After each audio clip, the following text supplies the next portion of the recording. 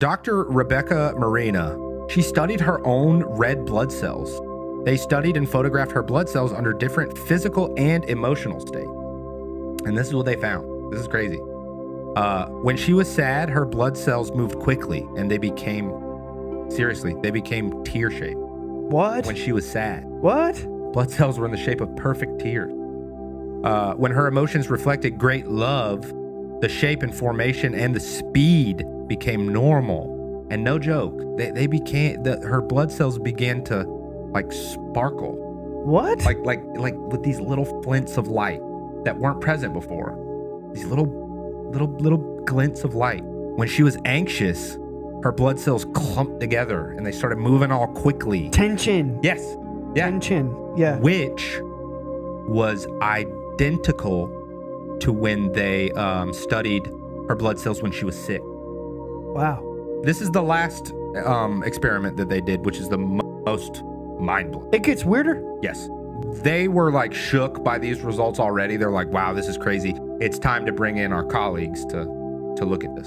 They grouped her blood cells into like 4 or 5 different groups. The colleagues came in and they picked, I believe, 2 of the groups of blood cells, and the colleagues prayed over the blood cells. Wow. They prayed extensively for like an hour over these blood cells.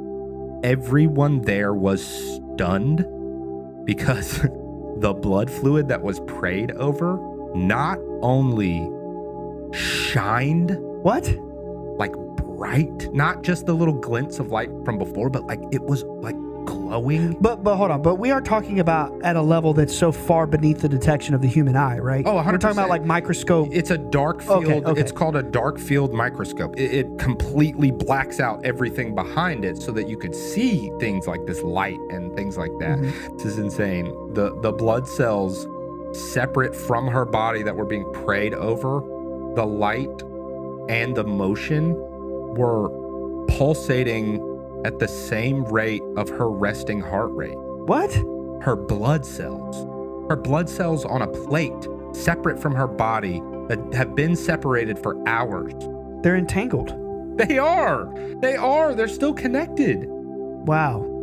And the cells that were not prayed over weren't even moving.